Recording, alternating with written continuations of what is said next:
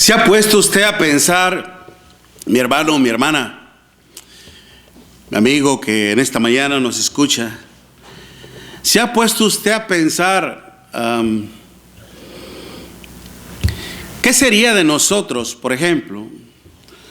¿Qué sería de nosotros, hermanos, sin la intervención, sin la ayuda de los médicos? ¿Qué sería de nosotros, hermanos, al estar enfermos, al estar gravemente enfermos o heridos, hermanos? No tendríamos a quién recurrir para que nos asistiera, nos ayudara y hasta el hecho de que nos salvara la vida. ¿Qué sería de nosotros, de usted y de mí, si Dios, hermanos, no hubiese intervenido y en una forma amorosa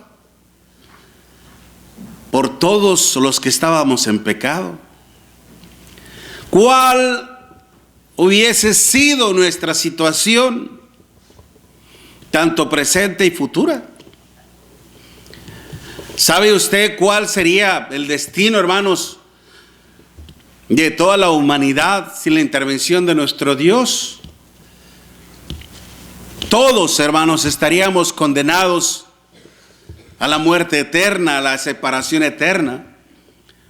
De hecho, el apóstol Pablo, incluyendo un texto más a la cita en la diapositiva que usted está viendo, en Romanos capítulo 6, versículo 23, dice: porque la paga del pecado es muerte, mas la dádiva de Dios es vida eterna en Cristo Jesús, Señor nuestro.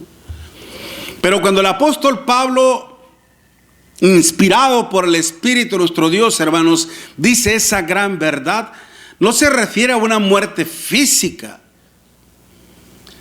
sino principalmente se refiere a una muerte espiritual y eterna. En realidad, todos los que hemos pecado, hermanos, estábamos bajo esa condenación. Y de hecho, como lo decíamos hace un momento en nuestro estudio, hermanos, no hay hombre que no peque. Eso dice la Escritura también. No hay justo ni siquiera uno. Romanos capítulo 3. Y en Romanos capítulo 3, versículo 23 dice: por cuanto todos pecaron y están destituidos de la gloria de Dios. Esa era nuestra condición. Esa era nuestra situación. Pero gracias a esa intervención que Dios ha hecho a través de su amado Hijo Jesucristo, ahora nosotros podemos arreglar ese principal y terrible problema que atenta contra todo aquel que está en desobediencia, en rebelión y transgresión contra nuestro Dios. Sin embargo, es muy importante que si, por ejemplo, yo en lo personal, si yo deseo ser sanado de una enfermedad que afecta mi salud y me pone al borde de la muerte, tengo que ir con un doctor. De la misma manera tengo que recurrir a nuestro Dios y tengo que permitir que Él obre en mi vida. Y de esta manera obtener esa intervención amorosa del Señor. En Lucas capítulo 13, en el Evangelio de nuestro Señor Jesucristo, en Lucas capítulo 13 nos encontramos con una parábola precisamente muy hermosa, hermanos, muy hermosa. Pero antes de que leamos esa parábola, es importante, es necesario y hasta imperativo considerar los otros textos anteriores. Por eso en Lucas capítulo 13, del versículo del 1 al 4 dice: en este mismo tiempo estaban ahí algunos que le contaban acerca de los galileos cuya sangre Pilato había mezclado con los sacrificios de ellos. Respondiendo Jesús les dijo: ¿Pensáis que estos galileos, porque padecieron tales cosas, eran más pecadores que todos los galileos? Os digo, dice el Señor, no. Antes, si no os arrepentís, todos pereceréis igualmente. O aquellos 18 sobre los cuales cayó la torre de Siloé y los mató, ¿pensáis que eran más culpables todos los hombres que habitan en Jerusalén? Os digo, no. Antes, si no os arrepentís, todos pereceréis igualmente. Dijo también esta parábola el Señor. Tenía un hombre una higuera plantada en su viña, y vino a buscar fruto en ella, y no lo halló. Y dijo al viñador: he aquí, hace 3 años que vengo a buscar fruto en esta higuera, y no lo hallo. Córtala, córtala. ¿Para qué inutiliza también la tierra?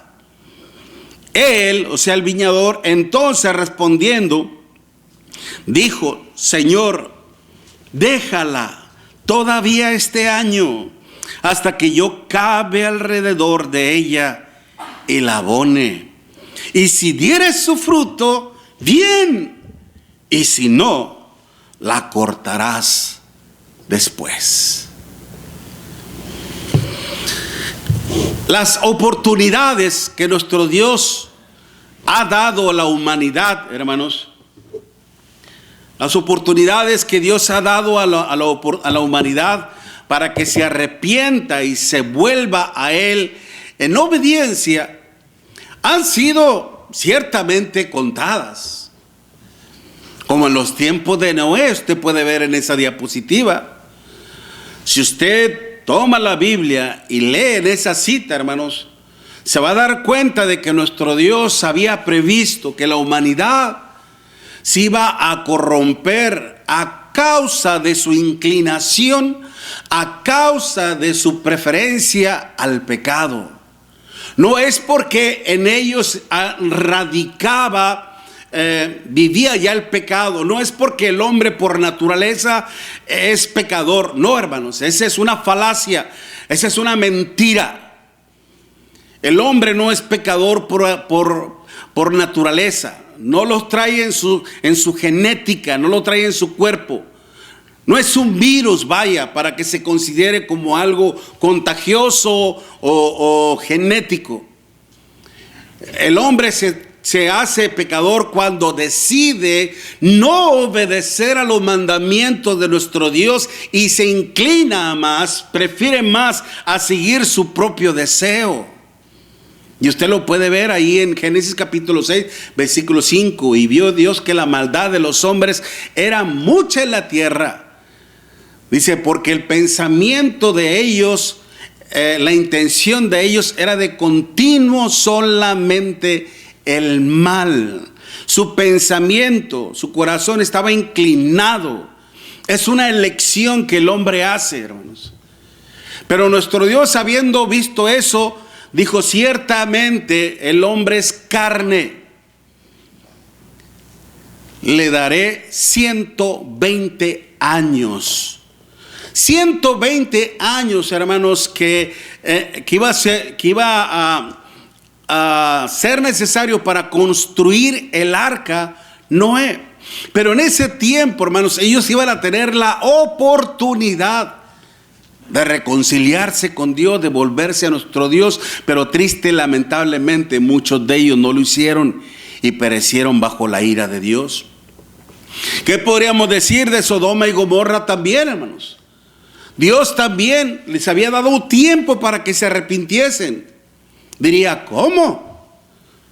¿Cuándo les dio la oportunidad a nuestro Dios para que se arrepintieran también? Ahí estaba Lot, un hombre justo, un hombre que a través de sus obras justas, hermanos, testificaba de la presencia de Dios mismo. Es como hoy en día, hermanos, en un mundo que está prácticamente empapado por la corrupción, por el pecado, está la iglesia. Pero en aquel tiempo, hermanos, estaba Lot.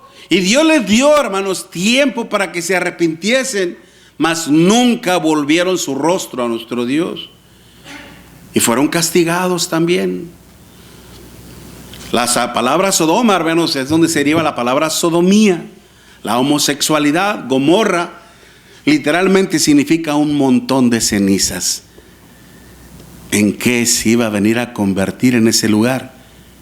En un montón de cenizas, bajo la ira de nuestro Dios. ¿Y qué podemos decir de Jerusalén, hermanos?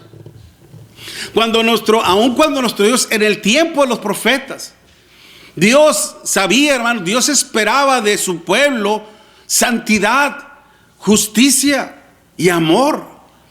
Pero lamentablemente, hermanos, hicieron todo lo contrario. Mire lo que dice en Isaías en el capítulo 1, Isaías capítulo 1, versículo del 14 en adelante. Isaías 1, versículo 14 en adelante.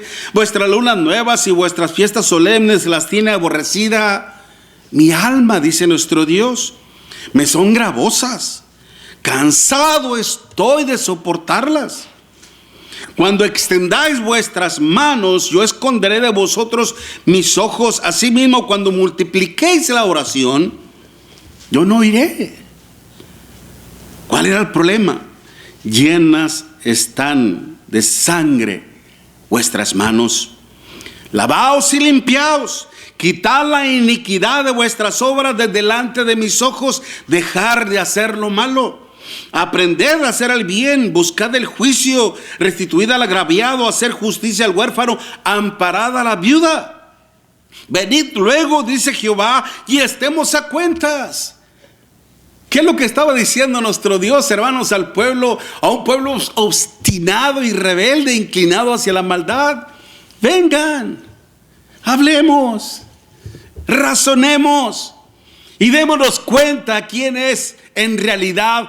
¿Quién es el que está mal? Si ustedes o yo. Pero aún así nuestro Dios, hermanos, estaba mostrando piedad, clemencia, misericordia. Pues aún todavía, ya en el capítulo 55, versículo 6, todavía Dios le decía: buscad a Jehová mientras pueda ser hallado, llamadle entre tanto que está cercano. Deje el impío su camino y el hombre inicuo sus pensamientos, y vuelva hacia Jehová. ¿Y sabe qué? ¿Sabe qué, mi hermanita? No lo hicieron. Le dieron la espalda a nuestro Dios. Y es por eso que en esa cita que usted ve en Jeremías capítulo 52, versículo del 1 en adelante, hermanos, vino el imperio babilónico y destruyó toda la ciudad. Toda la muralla, todo el templo, todo fue destruido. Porque Dios, hermanos, los había entregado a sus enemigos por causa de su infidelidad, por causa de su obstinación al pecado mismo. Por eso hay que aprender de la historia, hermanos. El juicio sobre Israel también. Aún todavía el Señor, hermanos, Dios es muy paciente, porque Él no quiere la muerte del impío. Él no quiere la muerte del pecador. Desde los tiempos pasados, en Ezequiel capítulo 33, Dios le decía a su pueblo a través de aquel profeta Ezequiel: diles, vivo yo, dice Jehová, que no quiero la muerte del impío, sino que se vuelva el impío de su mal camino y que viva. Y luego todavía dice nuestro Dios: ¿por qué quieres morir, oh casa de Israel? ¿Por qué te anticipas ante tu propia muerte? Esto es ilógico, esto es irracional, tal pareciese que Dios no entendiese la actitud, hermanos, del pueblo. ¿Por qué es como cuando una persona persiste en estarse drogando? Cuando una persona persiste en su vicio, cuando una persona persiste en su alcoholismo, sabe que se está dañando, sabe que va a morir de cirrosis, sabe que va a morir de cáncer en los pulmones, sabe del daño que le está ocasionando a su cuerpo mismo. Yo recuerdo una ocasión cuando yo, hermanos, fumaba. No es testimonio humano, pero simplemente es una mera ejemplo. A la edad de 13 años yo empecé a fumar, hermanos. Y cuando tenía a mis hijos, desde la primera vez que mi hija supo de las consecuencias del tabaco, hermanos, llegando a la casa, mi hija más pequeña lo que hizo fue agarrar la cajetilla de cigarros y quebrarlos todos. Y yo me enojé con ella y le reprendí, le dije, ¿por qué lo hiciste? ¿Quién te dijo que lo hicieras? ¿Por qué lo hiciste? Y en su voz tierna, hermanos, me dijo, papi, no quiero que te mueras. ¿Y sabe qué? Ni aún esa vocecita, ni aún esas palabras tiernas, hermanos, me detuvieron. Después lo que yo hacía era que los escondía. Pero ella los buscaba, los encontraba y los volvía a destruir, a romper. A veces, hermanos, cuando uno ya está enfermo prácticamente, es difícil. Tuvo que intervenir Dios en la vida de uno para poder dejar todo eso. Pero el Señor, hermanos, sabía que triste y lamentablemente el pueblo de Israel, aún en su tiempo, no se iba a volver a nuestro Dios. No la mayoría, unos cuantos. Por eso, allá en Mateo, hermanos, en el capítulo 23, dice el Señor, Jerusalén, Jerusalén, que matas y apedreas a los profetas que te han sido enviados. ¿Cuántas veces no quise cobijarte como la gallina cobija a sus polluelos? Dice. Y no quisiste. He aquí veo tu casa totalmente destruida, dice el Señor. Y eso ocurrió, hermanos, en el año 70. En el año 70 de Jerusalén nuevamente fue totalmente consumida y destruida por el Imperio Romano. Por eso las oportunidades que nuestro Dios nos da, hermanos, son pocas. La vida en sí, hermanos, es solo una oportunidad. Una oportunidad. Hebreos 9, versículo 27, está establecido para los hombres que mueran solo una vez. Y después de esto, el juicio. Y esta oportunidad debemos de aprovecharla al máximo. Aprovechando la misericordia, aprovechando la paciencia de Dios. Por eso el Señor nos dice en su palabra en 2 de Pedro capítulo 3 versículo 9, el Señor no retarda su venida, según algunos la tienen por tardanza, sino que es paciente, no queriendo que ninguno perezca, sino que todos procedan al arrepentimiento. La paciencia de Dios, hermanos, tarde o que temprano, se puede acabar. Y va a enviar a su Hijo Jesucristo. La venida de nuestro Señor Jesucristo, hermanos, pondrá fin a la paciencia de Dios. Pondrá fin a la oportunidad que te da a ti, mi amigo, y a mí, nuestro Dios. Por eso el Señor nos dice, el apóstol Pablo le decía a Timoteo, te encarezco delante de Dios y del Señor Jesucristo, que juzgará a los vivos y a los muertos en su manifestación y con su reino. Que prediques la palabra, que instes a tiempo y fuera de tiempo, redarguye, reprende y exhorta con toda paciencia y doctrina. La paciencia se va a acabar de nuestro Dios, hermanos. No es infinita, no es eterna, se va a acabar. Y el día que nuestro Señor Jesucristo venga y traiga, hermanos, el juicio, porque aún también hay otra escritura que nos dice, esto es demostración del justo juicio de Dios, para que seas tenidos por dignos del reino de Dios, por el cual asimismo padecéis, porque es necesario Porque es necesario pagar con tribulación a los que os atribulan, y a vosotros, dice el Señor, a ustedes, a la iglesia, y a vosotros que sois atribulados, daros reposo con Jesús. ¿Cuándo, Señor?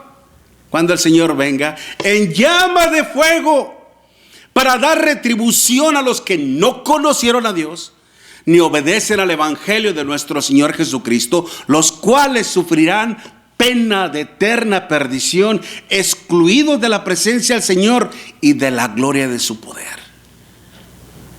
El día que el Señor venga ya no va a haber oportunidad, mi amigo, mi amiga.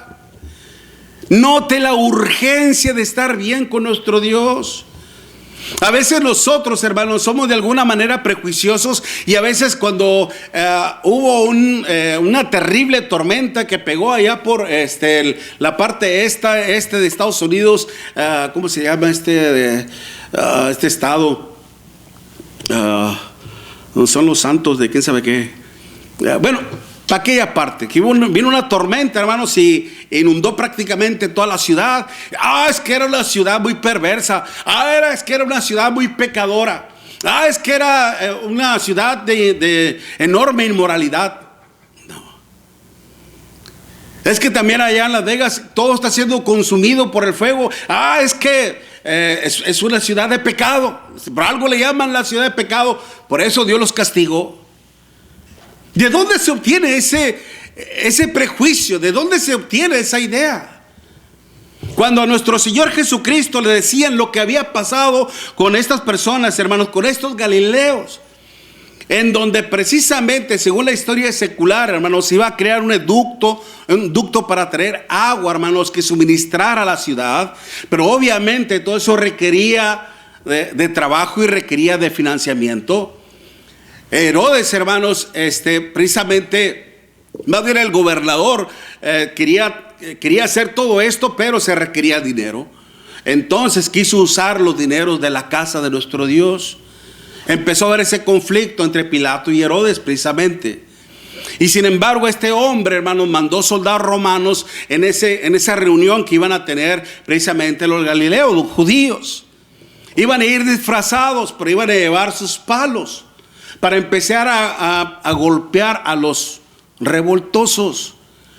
Pero los soldados romanos se excedieron en su maldad y empezaron a agredir salvajemente a estas personas, y la sangre empezó a correr y muchos de ellos murieron. Y el Señor dice: ¿ustedes creen que esto les pesó porque eran más pecadores? Os digo no. Si no os arrepentís, todos pereceréis de la misma manera. O en la historia secular también señala, hermano, la torre de Siloé, una parte, hermano, de la muralla que también se desprendió. Accidentalmente se desprendió, y abajo estaban algunos, y les cayó encima todas esas piedras grandes y perecieron. ¿Ustedes creen que ese accidente, estas personas murieron porque eran más pecadores que los demás? Os digo, no. Es decir, hermanos, la muerte en algún momento nos puede sorprender, séase de una forma o de otra. El punto es: ¿estamos preparados para el juicio de Dios? ¿Estamos preparados para rendirle cuentas a nuestro Dios? Que no nos pase lo que les pasó a estos, que triste lamentablemente perecieron, murieron en sus pecados y partieron de este mundo sin la esperanza de la vida eterna. Hoy en día, triste lamentablemente, hermanos, muchas personas están falleciendo, están muriendo lejos de Dios, porque no se dieron a la tarea de conocer a Dios, ni mucho menos de obedecer al evangelio. Pero olvídese de los demás. Mi amigo, mi amiga, olvídese de los demás. Mi hermano, mi hermana, olvídese de los demás. No piense, cómo anda aquel hermanito, cómo anda aquella hermanita. No piensen en esos. Piensa en ti, mi hermana. Piensa en ti, mi hermano. Y bien, lo dice usted también. También en usted, mi hermano. Sí, pienso en mí, yo también. Por eso es que debemos de vivir, hermanos, más cerca de Dios. Valernos precisamente, hermanos, de esa intervención del Señor, porque si el Señor desea intervenir en nuestras vidas, es precisamente para librarnos de la ira, de toda la ira de nuestro Dios, hermanos. Cuando la persona, hermanos, insiste en no arrepentirse, no volverse a nuestro Dios, por eso en Romanos capítulo 2, versículo 5, pero ira para el día de la ira y de la revelación del justo juicio de Dios. Si nosotros, hermanos, no queremos perecer bajo la ira de nuestro Dios, ¿qué tenemos que hacer? ¿Qué era lo que decía nuestro Señor ahí en Lucas capítulo 13? Cuando precisamente el dueño de la viña, dice el versículo 6, dijo también esta parábola: tenía un hombre una higuera plantada en su viña, y vino a buscar fruto en ella y no lo halló. Y dijo al viñador: he aquí hace 3 años que vengo a buscar fruto en esta higuera y no lo hallo. Córtala. Córtala. ¿Para qué inutiliza? Está inservible. Está siendo inútil solamente. Es inútil que la tengamos ahí. Desarráigala. Córtala desde la raíz. Pues no está aprovechando la esencia, la riqueza de la misma tierra. Desarráigala. Y hermanos, vemos ahí precisamente que respondió el Señor, dijo: déjala todavía este año. Déjala todavía este año, hasta que yo cabe alrededor de ella. Lo que implica, hermanos, de que la intervención que hace el Señor es que desea quitar de nuestro corazón las malas intenciones, las malas proposiciones, los malos deseos y aún hasta los malos hábitos. ¿Se acuerdan que les decía cuál fue el principal problema ya en Génesis capítulo 6, versículo 5? Y le dolió a Dios en su corazón, porque vio que el pensamiento del hombre era de continuo solamente el mal. El problema está en el corazón mismo. Por eso aún Mateo en el capítulo 15, hermanos, nos dice: porque del corazón salen todos los malos pensamientos. Y Dios, hermanos, quiere trabajar desde la raíz. De hecho, la misma palabra, hermano, cuando dice déjeme cavar, que en el griego es carto, implica la acción de horadar, de extraer a la vez, hermanos. De extraer, de sacar todo lo que está alrededor, todo lo que le está haciendo daño y perjudicial. Recordemos, hermanos, que la tierra figurativamente se refiere al corazón y a la mente del hombre. Y la semilla, hermanos, es la palabra de nuestro Dios. Primera de Pedro, aún Mateo capítulo 13, el sembrador nos habla. Y la semilla es la palabra de nuestro Dios. Y cuando nuestro corazón se encuentra endurecido por el engaño del pecado, no puede recibir la palabra de nuestro Dios, porque está hecho piedra. Piedra. Así como la tierra dura y áspera, no está blanda, está endurecida. A consecuencia del pecado, Hebreos capítulo 3, versículo 12, mirad que no haya ninguno de vosotros un corazón malo de incredulidad para apartarse del Dios vivo. Nuestro Señor Jesucristo, conociendo cuál es el problema de la infertilidad del hombre, va directo a su corazón. Déjame que cabe alrededor de ella, intentando así eliminar todos los pensamientos que contaminan y corrompen al alma. Mateo capítulo 15, versículo 19. Pues así como las plagas, hermanos, destruyen las plantas, así también los pensamientos nos corrompen. ¿Saben lo que es el corromper, hermanos? Carcoma es cáncer. La palabra cáncer, hermanos, significa carcoma, que va carcomiendo, que va devorando en una manera muy silenciosa, pero a la vez terriblemente dañino, que te puede llevar a la muerte.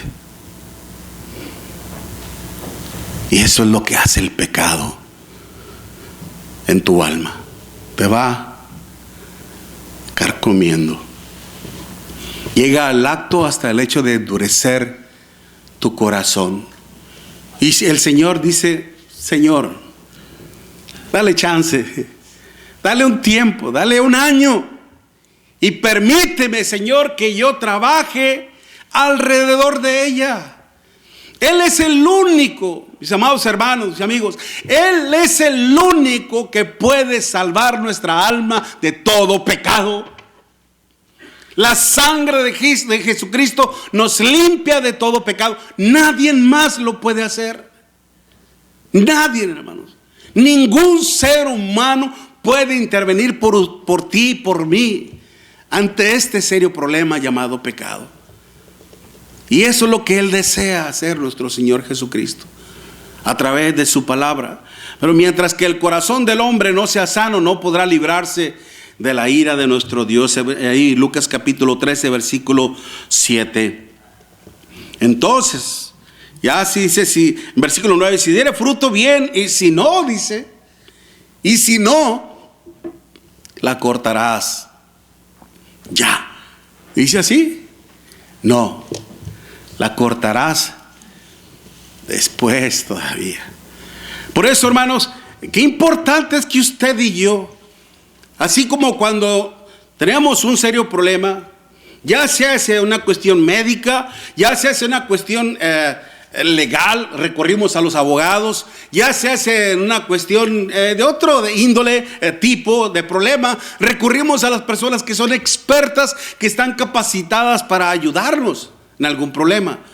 Pero en el aspecto espiritual, hermanos, solamente Cristo lo puede hacer.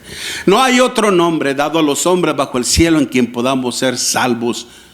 Esto lo dijo el apóstol Pedro allá en Hechos capítulo 4, versículo 12.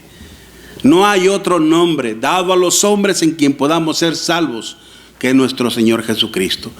Y tenemos que ponernos en las manos. Y ya para terminar rápidamente, hermanos, fortaleciendo nuestro corazón con su amor, dice ahí en Lucas capítulo 13, hermanos, versículo 8. Él entonces respondió y dijo: Señor, déjala todavía este año hasta que yo cabe alrededor de ella. Dice, y la abone. El abono, hermanos, que es una sustancia mineral u orgánica, sirve precisamente para fortalecer la tierra, indicando así que la tierra sin su abono será siempre una tierra infértil. No va a dar el fruto. No tiene una protección la plantita o el árbol que usted plantó, hermanos, porque van a llegar las plagas, van a llegar los gusanos, las bacterias, y lo van a comer, se la van a comer fácil. Es por eso que los que saben de agricultura, o los que saben, hermanos, de cultivar, los que saben de jardinería, saben del tipo de abono que tiene que llevar, la cantidad, etcétera, etcétera. Y ve usted esos jardines bien bellísimos. ¿Qué le ponen a la yarda para que se vea bien bonita? ¿Qué le ponen a las plantas para que esté? Saben lo que le hacen. Así también, hermanos, ¿qué era lo que intentaba hacer el Señor en nuestros corazones? Fortalecerlo. Nuestro Dios quería fortalecer nuestro corazón, hermanos, o fortalecer nuestra fe, para que de esta manera no solo pudiéramos permanecer unidos a Él. ¿Se acuerdan en Juan capítulo 15, versículo del 1 en adelante? Cuando nos habla de que del que tenía una viña, ¿okay? Y Él es la viña, y vosotros sois los pámpanos, y todo pámpano que permanece en mí, dice, llevará mucho fruto. Es lo que dice el Señor precisamente. Entonces, Cuando fortalece nuestra fe, hermanos, vienen los resultados, vienen los frutos. Primera de Pedro capítulo 1 del versículo de 5 en adelante, cuando dice: por esto mismo añadid a vuestra fe virtud, a la virtud conocimiento, al conocimiento dominio propio paciencia, a la paciencia piedad, a la piedad afecto fraternal, y al afecto fraternal amor. Porque si estas cosas están en vosotros y abundan, dice, no os dejarán estar ociosos y sin fruto.